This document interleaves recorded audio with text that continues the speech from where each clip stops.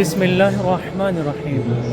آج تہران میں انٹرنیشنل مسابقہ قرآنی 40واں مسابقہ برگزار کیا جا رہا ہے، جس میں مختلف ممالک کے قاریان قرآن، حافظان قرآن نے شرکت کی ہے، اور جو کہ قرآن کریم مسلمانوں کی ایک سب سے بڑی کتاب جو حضور اکرم صلی اللہ علیہ وآلہ وسلم پر نازل کی گئی، اس کی تلاوت یہاں پر کی جا رہی ہے۔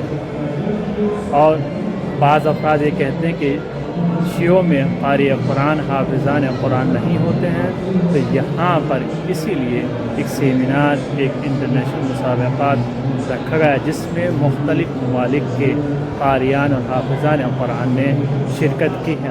آپ دیکھیے گا اور شیئر ضرور کرتے رہیے۔